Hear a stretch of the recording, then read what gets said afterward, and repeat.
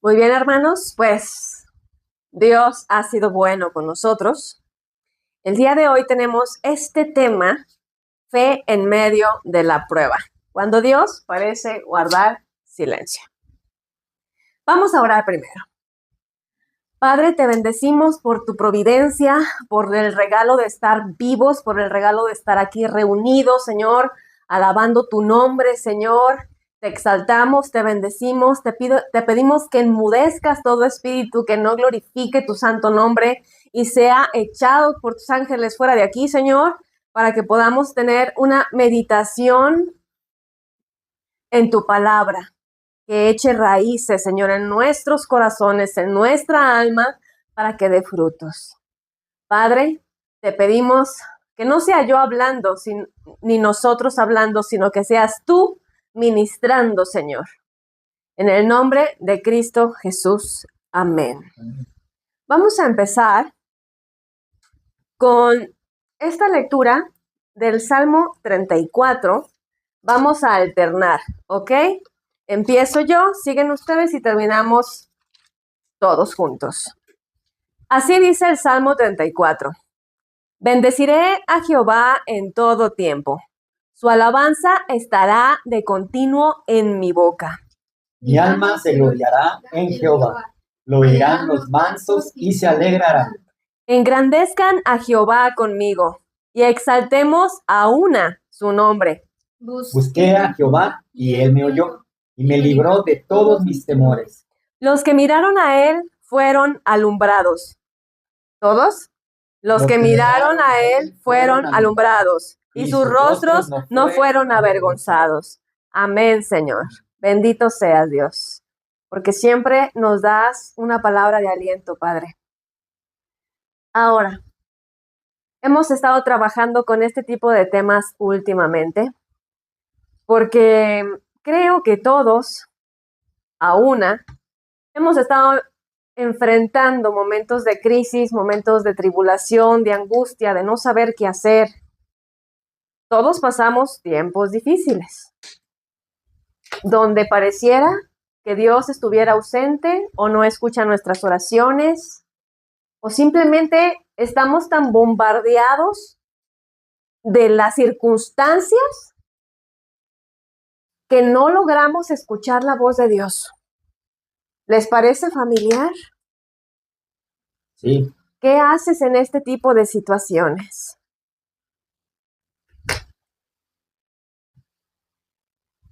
Bueno, la Escritura dice que nuestra fe es como una semilla, ¿sí? De acuerdo a Mateo 17:20. Si alguien me ayuda a leer Mateo 17:20. Jesús les dijo: por vuestra poca fe, de cierto os digo, que si tuvierais fe como un grano de mostaza, diréis a este monte: pásate de aquí a allá, y se pasará, y nada os será imposible. Así es. La Escritura, que es la palabra de Dios, nos ilustra la fe como un grano de mostaza, como una semilla, ¿sí? Y yo te invito a ver esta imagen donde la semilla está en oscuridad, ¿sí? Imagina, bueno, aquí en la imagen ya se ve que está brotando algo, una plantita, ¿sí? Pero recién que tú pones una semilla en la tierra, ¿tiene planta? No. La semilla está oscura, totalmente, sin ningún tipo de brote, ¿sí? Es más, si tú ves la tierra, la maceta o el lugar donde esté la semilla, ni siquiera parece que hay semilla. Totalmente está en oscuridad. Y si le preguntamos a la semilla si puede ver la luz, y si la semilla, en caso hipotético, por supuesto, pudiera contestar, te diría que no puede ver la luz, porque está en un lugar oscuro, encerrada, no alcanza a ver nada más, ¿sí? Y aquí escribí, una semilla, aunque esté en oscuridad, es precisamente ahí donde comienza a germinar. En esa oscuridad, en ese entierro donde está, en ese encierro donde está. Además, la semilla se tiene que romper para poder brotar, ¿sí? Y ese quebrarse se da adentro donde está encerrada en oscuridad, ¿sí? De igual manera, es nuestra fe. La fe no crece en la comodidad. Tu fe no va a crecer cuando estás en reuniones con amigos. Tu fe no va a crecer cuando estás en la fiesta, cuando estás en la comida familiar. Tu fe no va a crecer cuando te están otorgando un premio quizá, o estás en algo, en un tipo de celebración. Cuando todo va bien, la fe no crece, ¿sí? La fe no crece en la comodidad ni en los tiempos de bonanza, porque es más, las personas llegan a olvidarse de Dios cuando todo va bien, ¿sí? Porque todo está tan bien, que la gente está tan cómoda, que de repente ya no tienen ni tiempo para el que les dio esa comodidad, ¿sí? La fe crece en el tiempo de la oscuridad, donde pareciera que esa luz no está, que Dios no está, ¿sí? Ahora, por más oscuro que parezca el paisaje, debemos mantener la fe. Eso podemos aprender de esta imagen de la semilla. Por más oscuro que se vea todo, debemos mantener la fe. Porque Dios no deja de ser Dios solo porque tú estés en una tormenta. Recordemos este pasaje de la Escritura donde los discípulos estaban remando con el viento contrario y llega Jesús caminando sobre las aguas. ¿Sí? Dios no deja de ser Dios porque tú estés atravesando una tormenta. Y al igual que en ese pasaje, Jesús estaba consciente de que había mandado a sus discípulos a una tormenta. No porque los discípulos estuvieran desobedeciendo a Dios, ¿te fijas? Los discípulos estaban obedeciendo a Jesucristo. Entonces, algo quería trabajar Jesús en ellos. Y después tenemos en ese mismo pasaje a Pedro caminando sobre las aguas, un acto de fe. O sea, ¿quién puede decir que ha caminado sobre las aguas? No conozco ningún caso registrado, a excepción del de Pedro, y solamente dio 2, 3 pasos, ¿sí? Pero es un acto de fe, ¿sí? Jesús no dejó de ser Dios, ni dejó de ser el Cristo, ni dejó de ser lo que es, porque sus discípulos estuvieran en una tormenta, ¿sí? Jesús está en control, Dios sigue siendo Dios. Y eso significa que Dios sigue estando en control. Él tiene un propósito en todo lo que permite. Y ese propósito, en las diferentes tribulaciones que tenemos, en los diferentes problemas que tenemos, ese propósito principalmente es trabajar nuestra fe. Que crezca tu fe. Porque solamente en esos momentos de angustia es donde puedes dar ese paso y caminar sobre las aguas. Que en este pasaje que estamos mencionando representan las fuerzas satánicas del mal, ¿sí? Todo lo que te puede ir mal representan estas aguas turbulentas. Ahora, tenemos aquí un pasaje de la Escritura. En 2 Corintios, capítulo 4, versículos 8 y 9.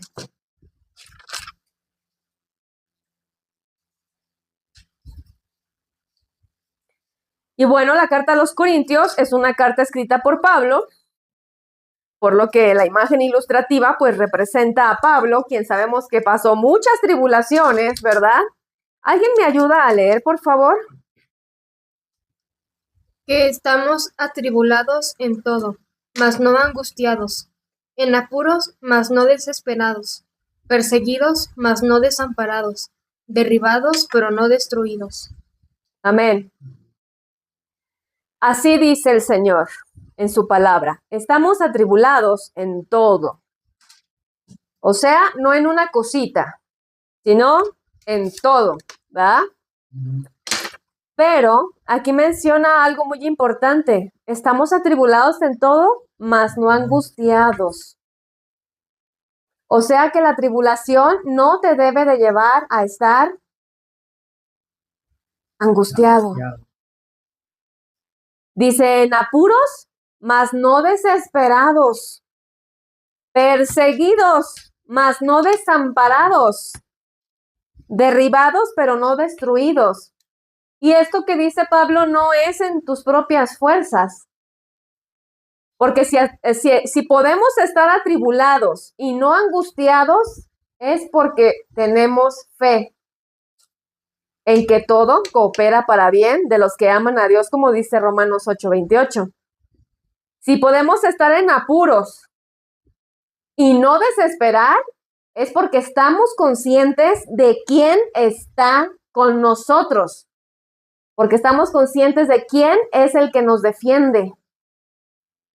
Y si podemos ser perseguidos, mas no desamparados, pues esta es una promesa de Dios. Y aunque te persigan, Dios no te va a abandonar, sobre todo, por supuesto, si es a causa de su nombre, ¿verdad? Derribados, pero no destruidos. Dios siempre te va a tender la mano. Y, pues bueno, vamos a ver un pasaje un poquito largo, pero lo vamos a leer completo. Yo puse aquí desde el versículo 25, pero voy a leer el contexto, ¿sí? Antes de lo que vamos a leer, en Hechos, versículos 25 al 40, pasa lo de la muchacha que tenía el espíritu de adivinación, ¿sí? Y que estaba diciéndoles a ellos, a Pablo y a Silas, que eran siervos de Dios. Y se la pasaba pregonando esta muchacha, ellos son siervos de Dios, pero lo hacía por medio de un espíritu inmundo, no por medio de revelación divina. Y Pablo, con el discernimiento espiritual que tenía, ¿sí? Ese es un don de Dios, el discernimiento espiritual, pues él sabía que no era Dios el que le estaba diciendo a la divina, sino que lo hacía más bien por molestar, ¿sí? Entonces expulsaron el demonio de esta muchacha, digamos que estaban haciendo el bien, ¿sí? Y lo que recibieron dice así: viendo sus amos que había salido la esperanza de su ganancia, porque le sacaban dinero a esta muchacha que adivinaba, ¿no? Prendieron a Pablo y a Silas y los trajeron al foro ante las autoridades, porque ya no les convino, como dejó de ser adivina, ¿verdad? Porque ella adivinaba por medio del diablo, de Satanás, y sus demonios, pues se les acabó el negocio. Y entonces los prendieron, los tomaron presos, ¿verdad? Presentándolos a los magistrados, dijeron: estos hombres, siendo judíos, alborotan nuestra ciudad y enseñan costumbres que no nos es lícito recibir ni hacer, pues somos romanos. Y se agolpó el pueblo contra ellos, y los magistrados, rasgándole las ropas, ordenaron azotarles con varas. Y después de haberles azotado mucho, los echaron en la cárcel, mandando al carcelero que los guardase con seguridad, el cual, recibido este mandato, los metió en el calabozo de más adentro y les aseguró los pies en el cepo. Muchas veces estamos en obediencia a Dios, pero no significa que eso es una garantía de que te va a ir bien. Al igual que el pasaje anterior que se mencionó, de los discípulos remando con el viento contrario. Estaban obedeciendo a Cristo, a Jesús, y sin embargo se encontraron con el viento contrario, porque al enemigo no le gusta que tú obedezcas a Dios, ¿sí? Por ejemplo, si tú estás dejando un vicio, se te va a venir el viento en contra. ¿Por qué? Porque ahí se va a probar tu fe, si realmente vas a seguir obedeciendo a Dios o vas a retroceder por miedo o porque es más fácil retroceder. Mucha gente dice: yo no me meto con el diablo, mejor me porto así más o menos para que no me pasen cosas malas, ¿no? Pero eso es tibieza. Cuando tú te decides a ser radical y obedecer a Jesús, que es Dios, ¿no? Las cosas no siempre van a salir bien. Y así dice el proverbio: el oro y en el fuego se prueban el oro y la plata, pero el Señor prueba los corazones.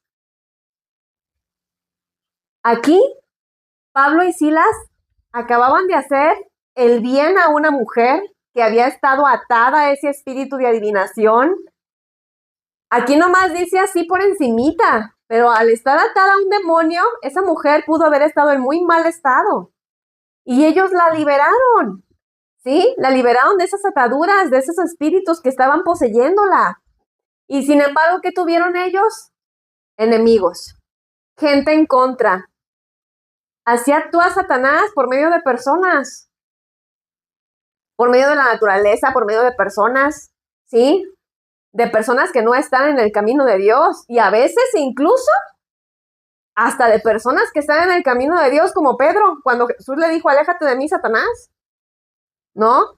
Entonces, en este caso, les quitaron la ropa, les quitaron hasta su dignidad, ¿verdad? Y para que les doliera más, ¿no? Ordenaron azotarles con varas. Dice aquí, después de haberles azotado mucho, o sea, no les dieron 5 azotes, ni siquiera hay cuenta de cuántos azotes recibieron, ¿sí? Dice, los echaron en la cárcel, mandando al carcelero que los guardase con seguridad. Y debió haber recibido el carcelero en ese mandato una amenaza muy grande, porque el carcelero, cuando le dijeron que los guardara con seguridad, lo que hizo fue mandarlos al calabozo de más adentro, dice. Y aún estando en el calabozo de más adentro, como si fueran, no sé, asesinos seriales o algo así súper peligroso, les amarraron los pies, pues, con un cepo, ¿sí? Pero, ¿qué hicieron Pablo y Silas? Porque esta situación representa las tribulaciones que todos pasamos, ¿sí? El estar tratando de hacer la voluntad de Dios y que te vaya mal. Pero ellos, ¿qué hicieron en cambio? ¿Quién me ayuda a leer el versículo 25 y 26? Pero a medianoche, orando Pablo y Silas, cantaban himnos a Dios, y los presos los oían. Entonces sobrevino de repente un gran terremoto, de tal manera que los cimientos de la cárcel se sacudían, y al instante se abrieron todas las puertas, y las cadenas de todos se soltaron. Amén. ¿Puedes seguir tú con los siguientes 2 versículos? Despertando el carcelero y viendo abiertas las puertas de la cárcel, sacó la espada y se iba a matar, pensando que los presos habían huido. Mas Pablo clamó a gran voz, diciendo, no te hagas ningún mal, pues todos estamos aquí. ¿Sigo? Sí. Él, entonces, y viendo luz, se precipitó adentro y temblando, se postró a los pies de Pedro y de Silas. De Pablo. Perdón. Sí. Y sacándolos les dijo, Señores, ¿qué debo hacer para ser salvo? Ellos dijeron, cree en el Señor Jesucristo y serás salvo, tú y tu casa. Y le hablaron la palabra del Señor a él y a todos los que estaban en su casa. Y él, tomándolos en aquella misma hora de la noche, les lavó las heridas, y enseguida se bautizó él con todos los suyos. Y llevándolos a su casa, les puso la mesa, y se regocijó con toda su casa de haber creído a Dios. Cuando fue de día, los magistrados enviaron alguaciles a decir, suelta a aquellos hombres. Y el carcelero hizo saber estas palabras a Pablo. Los magistrados han mandado a decir que se os suelte, así que ahora salid y marchaos en paz. ¿Quién me ayuda con lo siguiente para terminar? pero Pablo les dijo, después de azotarnos públicamente sin sentencia judicial, siendo ciudadanos romanos, nos echaron en la cárcel y ahora nos echan encubiertamente. No, por cierto, sino vengan ellos mismos a sacarnos. Y los alguaciles hicieron saber estas palabras a los magistrados, los cuales tuvieron miedo al oír que eran romanos. Y viniendo les rogaron y sacándolos les pidieron que salieran de la cárcel. De la ciudad. Entonces saliendo de la cárcel entraron en casa de Lidia y habiendo visto a los hermanos los consolaron y se fueron. Amén.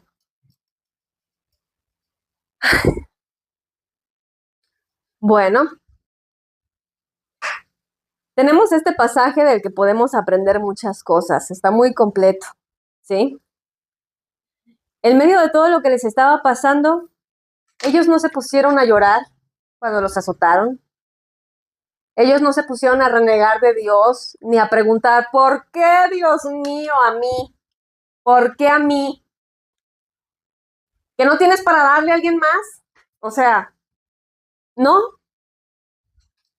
No se pusieron a quejarse de su mala fortuna, no se pusieron a preguntar por qué estaban padeciendo eso, no se pusieron a declarar libertad, no se pusieron,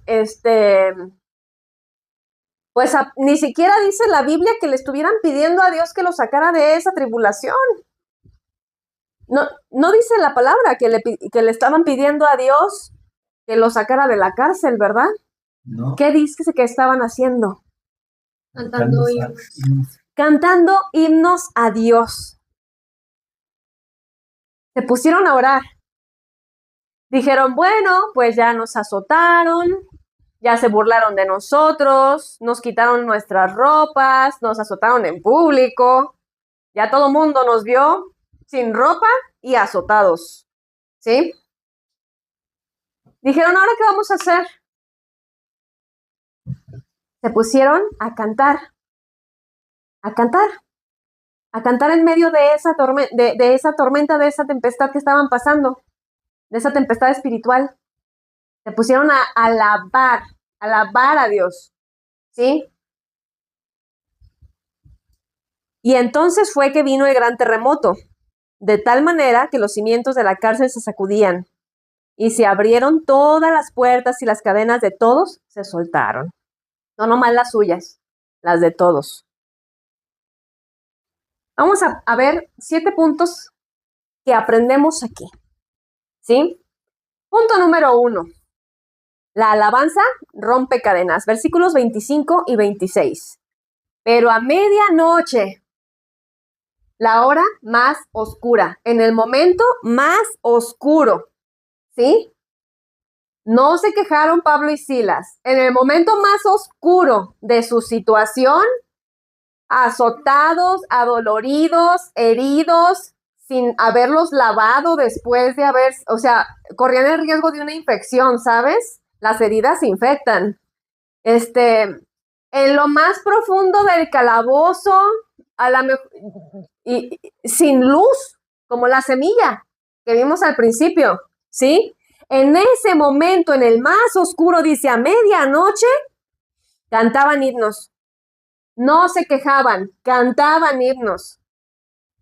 La pregunta para ti es, ¿tú qué haces en ese momento más oscuro? Cuando ya no eres capaz de ver la luz. ¿Tú también te pones a alabar a Dios? ¿O te estás quejando? ¿Sí? Y si eres de los que se están quejando, entonces yo te pregunto, ¿a ti cuántos azotes te dieron? ¿A ti cuántas veces te han quitado la ropa para golpearte?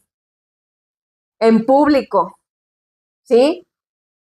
Tienen más fe los cristianos que son azotados, degollados, perseguidos en los países del otro continente o aquí mismo en México, que los cristianos que van nomás a la iglesia el domingo, el fin de semana, o el día que se congreguen y se toman el cafecito con galletitas.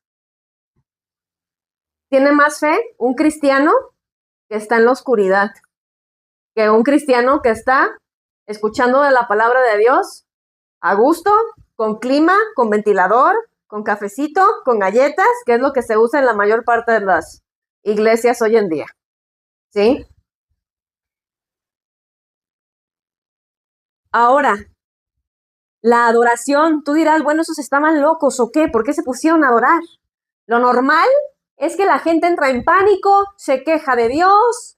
Dios, ¿tú por qué permitiste esto? ¿Por qué permitiste que mi hijo, no sé, se perdiera, se fuera, hiciera esto o aquello? ¿Por qué permitiste esta injusticia en mi vida? Porque eran injustos los golpes que recibieron Pablo y Silas. Era una injusticia. Sin embargo, no. La adoración de Pablo y de Silas no dependía de las circunstancias, sino de su relación con Dios, su relación con Cristo.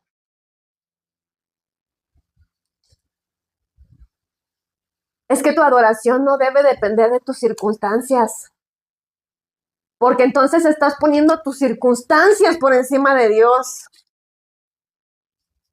La adoración, la alabanza, el ponerte a cantar, el ponerte a orar, el decir bendito sea, Señor, alabado, Señor, santo, santo, santo, Señor.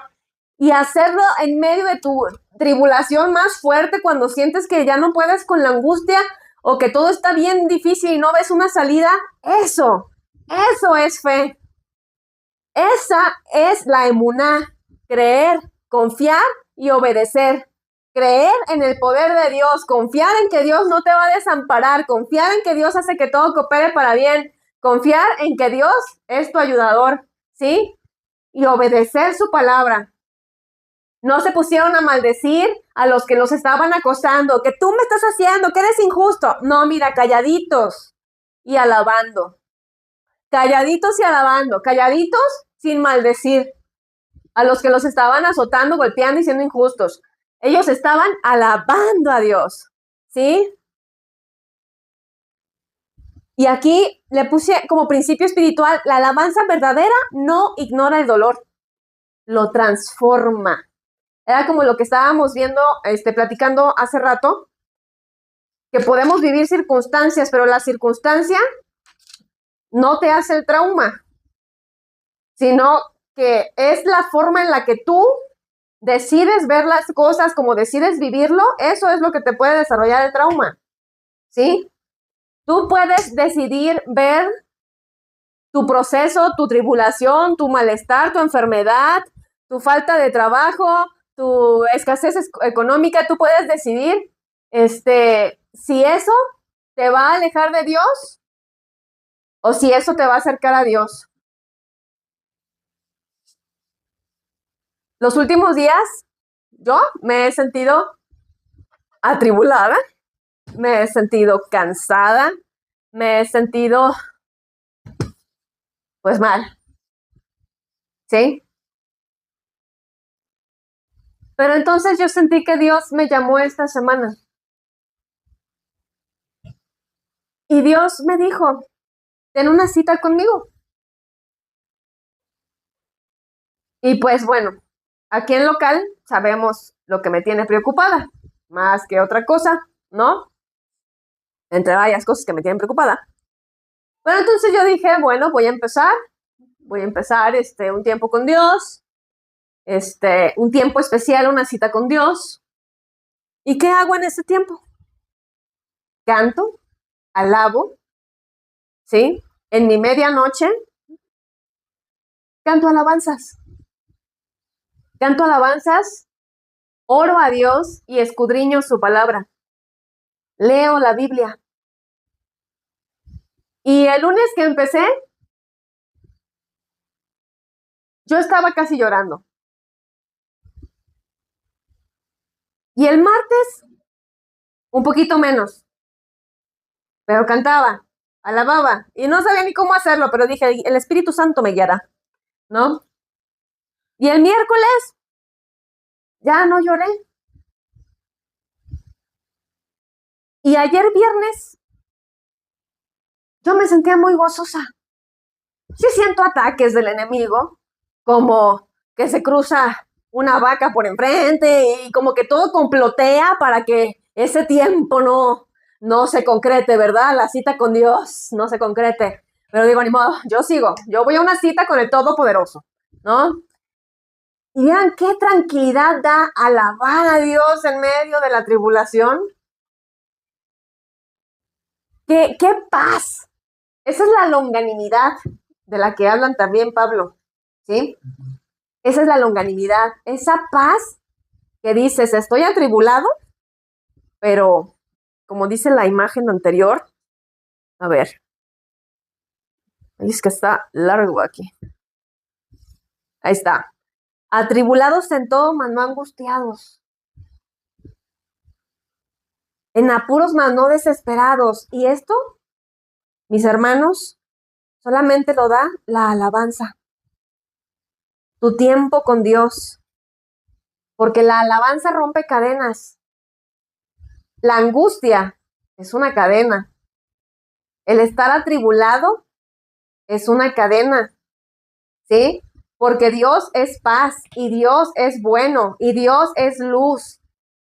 Entonces todo lo que es contrario, temor, miedo, angustia, desesperación, falta de fe, eso no viene de Dios, ¿sí? Pero aquí la solución es que en tu medianoche, en el momento más oscuro, te pongas a alabar a Dios. Y si tocas un instrumento, te agarras tu instrumento y a alabar a Dios. Y lo alabas con tu boca, a todo pulmón. Dios, yo te amo. Dios, yo confío en ti porque tú eres todopoderoso, Señor. Para ti no hay imposible. O sea, alaba a Dios. ¿Y cuál es la respuesta? Un terremoto. ¿Sí? Aquí vemos que hubo un terremoto. Fue la respuesta divina para una fe que en medio de la tribulación no se rinde, ¿sí? Un terremoto que fue para bien. ¿Por qué? Porque el terremoto rompió las cadenas y abrió las puertas. Y no nomás las de Pablo y las de Silas, sino las de todos, ¿sí? Las bendiciones salpican, no nomás a ti. Y además dice aquí, en el versículo 25, pero a medianoche orando Pablo y Silas cantaban himnos a Dios y los presos oían, ¿sí? Esto quiere decir que tu adoración en esos momentos difíciles impacta a otros. Y a veces ese es el propósito que tiene Dios en esas tribulaciones. Mostrarte cómo está tu fe y que impactes a otros. Como hemos visto en redes sociales, testimonios de personas que le acaban de matar al marido y ella dice, te perdono. También tenemos a este evangelista Yeye Ávila, en paz descanse, que el yerno le mató a su hija. Yeye lo perdonó y lo acogió y se convirtió el yerno. O sea, en vez de decir, ay, tú mataste a mi hija, te odio y que te vaya mal, no.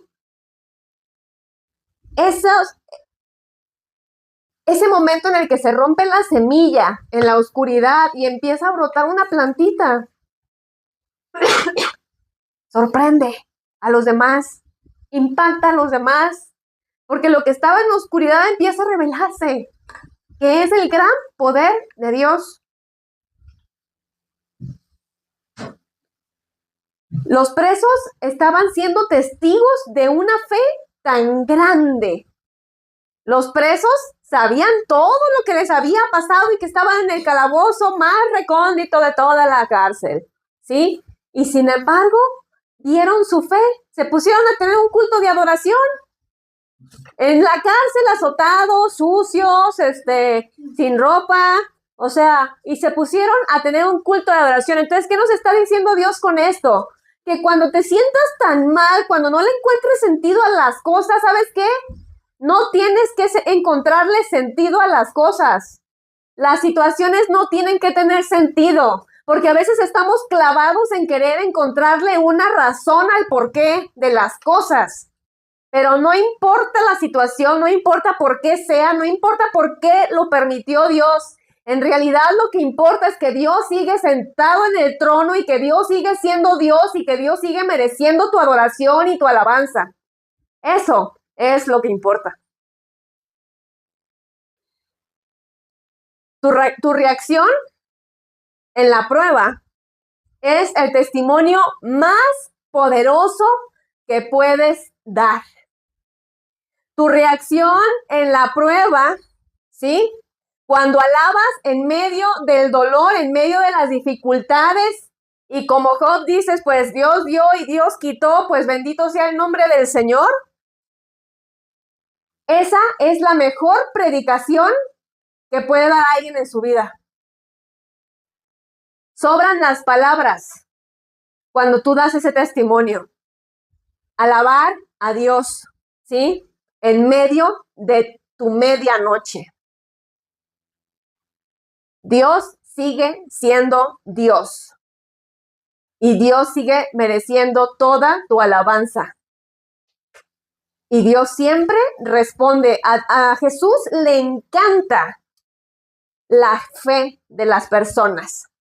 Dice la Biblia en diversos versículos que Él se maravilló de la fe, por ejemplo, del centurión y de la mujer cananea.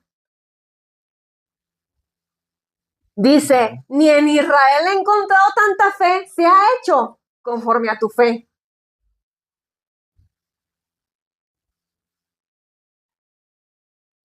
Punto número 3. Dios tiene un propósito en cada sacudida de tu vida. Versículos 26 y 27. Entonces sobrevino de repente un gran terremoto, de tal manera que los cimientos de la cárcel se sacudían y al instante abrieron todas las puertas y las cadenas de todos se soltaron. Despertando el carcelero y viendo abiertas las puertas de la cárcel, sacó la espada y se iba a matar, pensando que los presos habían huido. Como les dije en minutos anteriores, lo han de haber sentenciado al carcelero y le han de haber dicho sobre tu cadáver que se te salga uno, ¿no? Sobre tu cadáver y el de toda tu familia, ¿sí? Y entonces cuando el carcelero ve esto, dice, mejor me mato. Dios tiene un propósito en tu sacudida, ¿sí? Porque el propósito del terremoto no era destruir, era liberar. El terremoto no fue para destruir la ciudad. El terremoto fue para liberar a los presos. ¿Sí entiendes esto? Con la profecía de Isaías y las palabras que menciona Jesús, he venido a dar libertad a los cautivos. ¿Sí? A los presos del pecado, a los presos, y vista a los ciegos, a los que están dormidos. Aquí tenemos un detalle. El carcelero estaba dormido. Dice, despertando el carcelero, o sea que el carcelero estaba dormido, ¿sí? El pecador está como dormido y solamente un terremoto lo despierta. ¿Ves? A veces por eso Dios permite las cosas, porque solamente dándote una buena sacudida, así que se te cimbre el piso y se rompan las puertas y las ventanas y todo, nomás así despiertan muchas personas y dicen, ¿qué estoy haciendo? ¿Qué está pasando? ¿Sí? Todo lo que se movió fue preciso y fue por diseño divino. Las cadenas se soltaron, las puertas se abrieron. Entonces, yo lo que te quiero decir a ti es que no todos los temblores ni los terremotos que suceden en tu vida son para derrumbarte. Algunos vienen a libertarte y otros vienen a abrirte los ojos, a despertarte. Los terremotos que Dios permite en tu vida vienen a soltarte, a liberarte o a abrirte los ojos. Ahí, en esas situaciones donde te das cuenta que algo no está bien. Ahora, tenemos este punto número 4. ¿Quién me ayuda a leer lo que está en verde, por favor? El título. La compasión de Pablo salvó una vida. Así es. Fíjate, versículo 27 y 28. Despertando el carcelero y viendo abiertas las puertas de la cárcel, sacó la espada y se iba a matar, pensando que los presos habían huido. Mas Pablo clamó a gran voz diciendo, no te hagas ningún mal, pues todos estamos aquí. ¿Sí? Tuvieron la oportunidad de irse y sin embargo no lo hicieron. ¿Por qué? Porque estaban conscientes. Pablo tuvo compasión, ¿sí? Tuvo compasión del carcelero que quizá había participado en golpearlo, ¿no? Que fue el que le puso las cadenas en los pies, el cepo. Sin embargo, Pablo se compadeció y seguramente dijo Pablo, no nos podemos ir, aunque Dios nos haya liberado. ¿Qué va a hacer de este carcelero y su familia? Se quedaron por compasión. ¿sí? Pero lo impactante aquí es que compasión, cuando todo va bien, es fácil decir, ay, tengo compasión de fulano y lo ayudo. Lo difícil es tener compasión del que te está haciendo daño. O tener compasión de alguien que necesita la bendición de Dios económica y tú también tienes problemas económicos y sin embargo dices, no, lo tengo que ayudar. Eso es compasión. Y Jesús dice en el Evangelio, bienaventurados los misericordiosos porque obtendrán misericordia. Fíjate aquí lo que dice la enseñanza. La verdadera fe produce compasión aún en el sufrimiento. El amor no es egoísta, dice Pablo. El amor piensa en los demás. Y si Dios realmente habita en ti, debe manifestarse su amor aún a pesar de lo que tú estés viviendo. Porque entonces serán llamados hijos de Dios. Así dice la Escritura. ¿Sí? Ahora, podemos ver, punto número 5, que la salvación alcanza hogares enteros. No solamente los presos fueron testigos y no solamente el carcelero se salvó. Vamos a ver lo que dice el versículo 29 al 34. Él entonces, estamos hablando del carcelero, pidiendo luz, se precipitó adentro y temblando se postró a los pies de Pablo y de Silas. Y sacándolos les dijo, señores, ¿qué debo hacer para ser salvo? Se convirtió el carcelero por medio de ver el sufrimiento, la adoración y la compasión de Pablo y de Silas, aún a pesar de que ellos estaban adoloridos, estaban golpeados, seguramente estaban ensangrentados, moreteados y les ha de haber dolido todo el cuerpo. Fue algo muy impactante. ¿Qué testimonio das tú cuando las cosas te están saliendo súper mal? ¿Qué testimonio? Porque sin que tú digas una sola palabra, con que sepan que tú eres cristiano y en base a tu reacción que tú tengas en las circunstancias, la gente se va a convertir o no se va a convertir. Tú puedes ser un instrumento de Dios por medio de tu respuesta a las circunstancias negativas.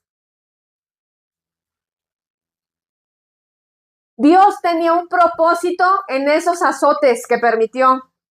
Dios tenía un propósito en permitir que estuvieran en el calabozo. Pablo y Silas no lo sabían. El propósito era salvar a ese carcelero y a toda su familia.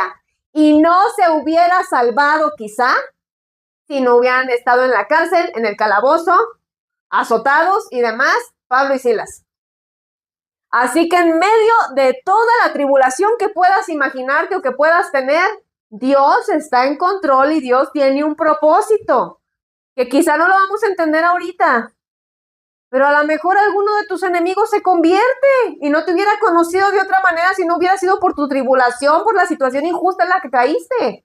Dios tiene sus propósitos. Pablo le responde al carcelero con un mensaje simple pero poderoso: cree en el Señor Jesucristo y serás salvo tú y tu casa. Emuná, cree que Jesucristo es Dios, que Jesucristo es el Hijo de Dios, confía en Jesucristo y obedece a Jesucristo. Cree en el Señor Jesús y serás salvo tú y no nomás tú, también tu casa, también tu familia. Dios usa tu prueba para traer salvación a otras personas. Uno nunca sabe de verdad. A veces estamos en el hospital y no sabemos si una palabrita que dijiste por ahí hizo que le cayera el 20 a otra persona. Algo. Dios tiene sus formas, ¿sí? El resultado fue una familia entera que se salvó. O sea, valió la pena cada azote. Valió la pena para alguien que de verdad tiene el corazón de Dios.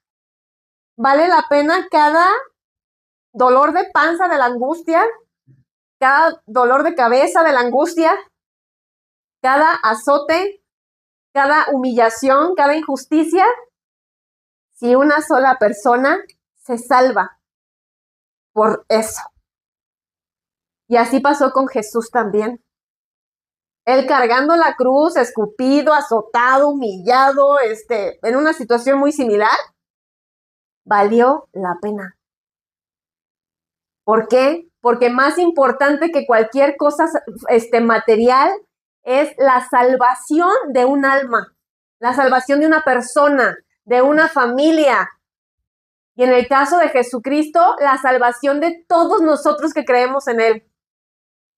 ¿Valen la pena entonces las injusticias? Sí, sí, valen la pena. Y soy una persona que ha vivido muchas.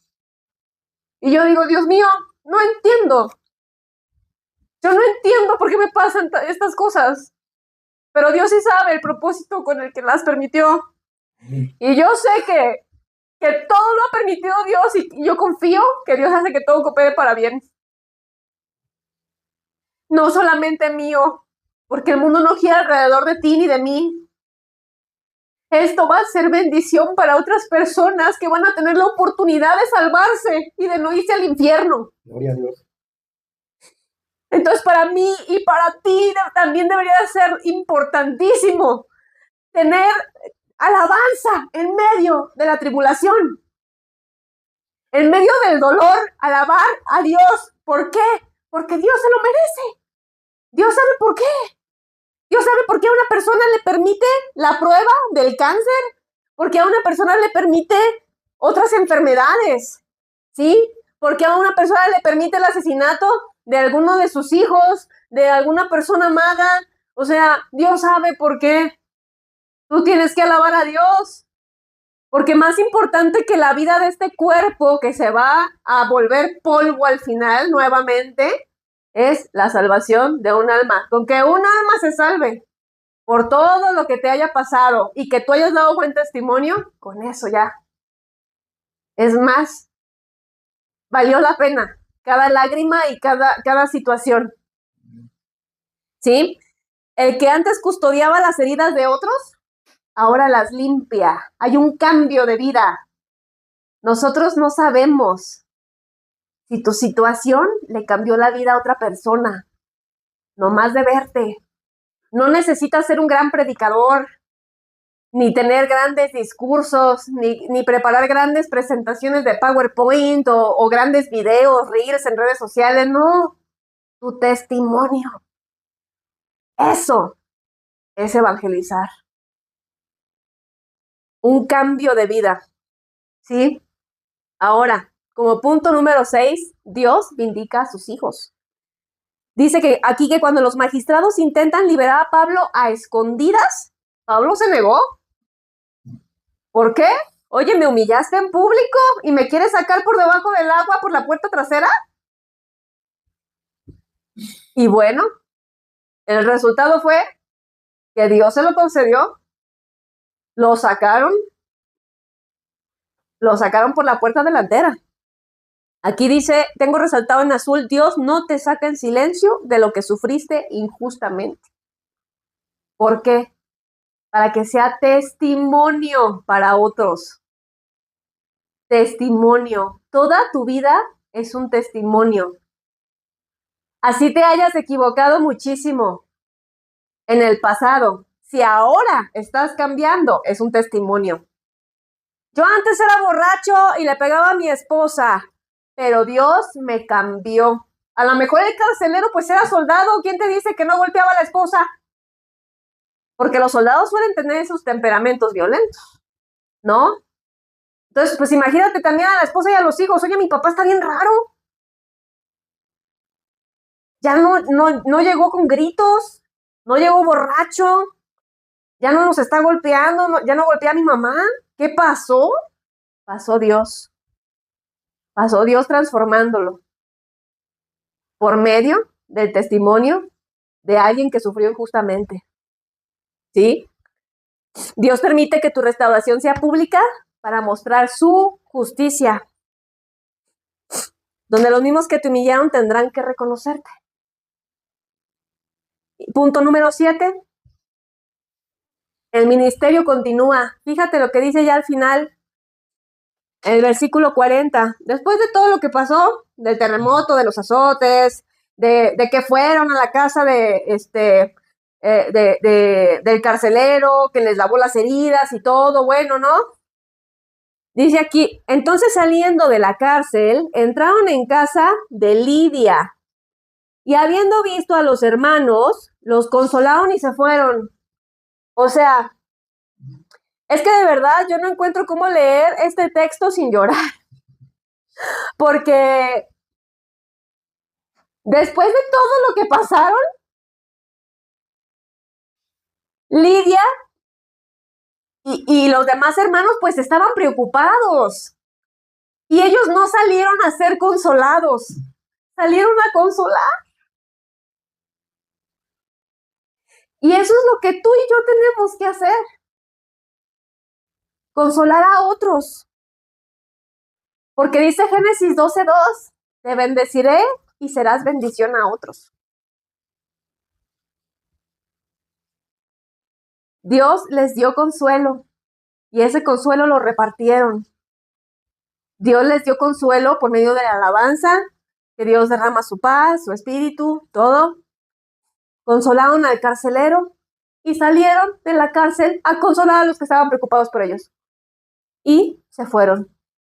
El ministerio no termina.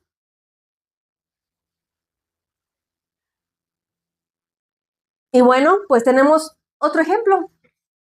Job, como ya lo mencioné, así dice Job 1:21. Y dijo, desnudo salí del vientre de mi madre y desnudo volveré allá.